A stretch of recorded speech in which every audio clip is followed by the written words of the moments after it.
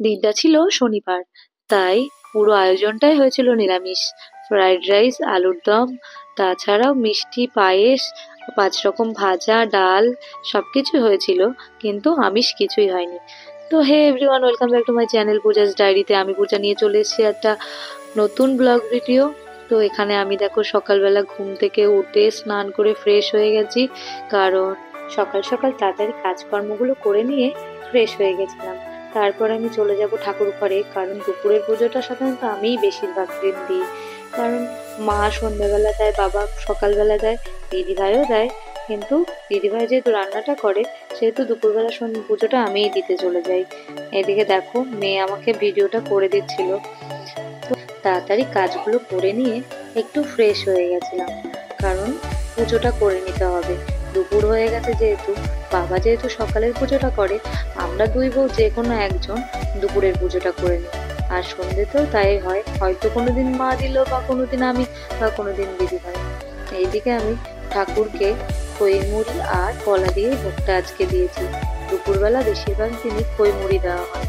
আর এদিকে দেখো ফুল, দুব্বো, বেলপাতা সবকিছুই বাবা আগের থেকে রেডি করে কিনে নিয়ে এসে গুছিয়ে সব ফ্রিজে রেখে দেয়। আমাদের বাড়িতে ঠাকুরের প্রতি সবারই খুব ভক্তি, ছোট থেকে বড় সবাই ঠাকুরকে খুব বিশ্বাস করে।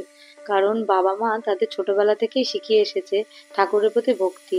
তাই প্রত্যেকেই আমরা ঠাকুরকে খুব মানি। আর প্রত্যেকেই আমরা দীক্ষা নিয়েছি। শ্বশুর শাশুড়ি মানে বাবা মা দীক্ষা নিয়েছিল কৃষ্ণ মতে, আর আমরা নিয়েছিলাম কালী মতে, বেলুর মঠ থেকে। আমাদের যে মহারাজ ছিলেন তার নাম ছিল বাগীশানন্দজি মহারাজ। তিনি আর নেই, তিনি পরলোক গমন করেছে। তো আমরা প্রত্যেকদিন আহ্নিক করি, সবকিছু পূজা অর্চনা করতে ভালোবাসি। এদিকে দেখো রান্নাঘরে মা পায়েসটা বসিয়ে দিয়েছে। দুধ ফ্রিজে অনেকদিন ধরেই জমানো হচ্ছিল, কারণ পায়েস করলে অনেকটাই করা হয় আমাদের বাড়িতে। আর দুধ একটু একটু করে জমিয়ে অনেকটা দুধ জমে গেছিল বলে অনেকটাই পায়েস করা হয়েছে। এদিকে দেখো দিদিভাই আলু এই পাশে রান্নাঘরে আলুর দম বসিয়ে দিয়েছিল। আমাদের যেহেতু পরপর দুটো রান্নাঘর, তাই রান্না করতে কোনোটাই অসুবিধা হয় না। দুটোই দুরকম করা হয়, একটাই নিরামিষ আর একটাই আমিষ। আজকে যেহেতু শনিবার ছিল, তাই আজকে নিরামিষ হবে। তো রান্নার যেহেতু দেরি হয়ে যাবে, এই জন্য দুটো রান্নাঘরেই ব্যবহার করা হচ্ছিল। ওই রান্নাঘরে হচ্ছিল রাইসের জন্য যে গরম জল বসিয়ে দেওয়া হয়েছিল, আর এই রান্নাঘরে আলুর দমগুলো করে নেওয়া হচ্ছিল।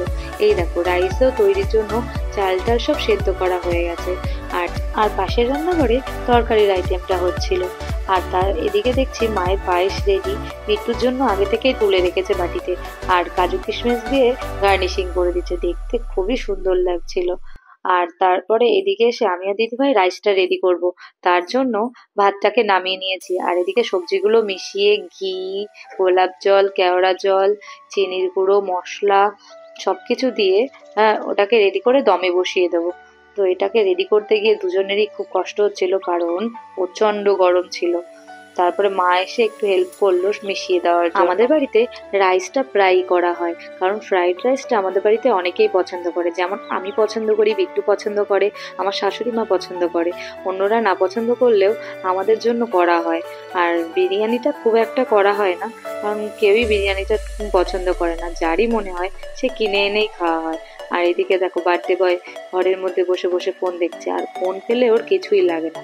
আর এই দেখো আমার মেয়ে, ওই সারাদিনের বায়না ক্লে কিনে দাও, ক্লে। আর ক্লে পেলে সেটা দিয়ে যে কি বানাবে আর কি না বানাবে কি আর বলবো। তারপরে দেখো চলে এসছে ওর বার্থডে বয়ের পুরো আইটেম। এইটা পুরোটাই সাজিয়েছিলাম আমি। আমার এই ধরনের সাজাতে না খুব ভালো লাগে, সাজিয়ে গুছিয়ে খেতে দিতে। এই দেখে দেখো ভিডিও করছি বলে ওদের পোজ দেওয়া শুরু। তো প্রথমেই দিদিভাই এসে ওকে আশীর্বাদ করে নিল, কারণ দাদা ভাই আর তোমাদের দাদা তখনও বাড়ি আসেনি। বাবা ওদিকে খেয়ে নিচ্ছে, তখন 2টো বেজে গেছে, বাবা 2টোর মধ্যে খেয়ে নেয়। তাই বাবা পেছনে খেয়ে নিচ্ছিল, আর এদিকে দিদিভাই আশীর্বাদ করে দিচ্ছিল। আর যার জন্মদিনই পালন করা হোক না কেন, আমার মেয়ে তার পাশে বসবেই। এটা হচ্ছে আমাদের বাড়ির নিয়ম। যেহেতু বাড়ির অনেক ছোট, তাই ওর আবদারটা পূরণ করা হয়, সবার সাথে ওকে বসানো হয়। আর অন্য সময় ও বায়না করলেও এই জন্মদিন বা এইসব কিছু তো খুব বোঝে, ও কোনো বায়না করে না। তাই ওকে যেভাবে যেভাবে করা হয় ওকেও করা হয়। এদিকে দেখো বাবা ছবি তুলছি বললে আবার তাকাচ্ছিল। তারপরে ওর গিফট দিল। এরপরে এক এক করে সবাই আশীর্বাদ করে নিয়েছিলাম। ও আশীর্বাদ করার মধ্যে মা ছিল, মানে আমার শাশুড়ি মা ছিল, আমি ছিলাম, দিদিভাই ছিল আর বাবা ছিল। আর ওরা দুজন ছিল না। আমার বিয়ের সময় ও অনেক ছোট ছিল, তখন ওর 4.5 বছর বয়স ছিল, কিন্তু এখন ও এতটাই লম্বা হয়ে গেছে, আমি ওর থেকে ছোট হয়ে গেছি। তাই ওর আর আমার সম্পর্কটা একটু অন্যরকম। তারপর কেক কাটিং হলো, কারণ অনেকটাই দেরি হয়ে গেছিল খাওয়ার জন্য। তো আমার ভিডিওটা এই পর্যন্তই। তোমার যদি ভালো লাগে লাইক কমেন্ট শেয়ার করে দিও, আর আমার চ্যানেলটা সাবস্ক্রাইব করে দিও নেক্সট ভিডিওর জন্য। দেখা হবে নেক্সট ভিডিওতে। টাটা।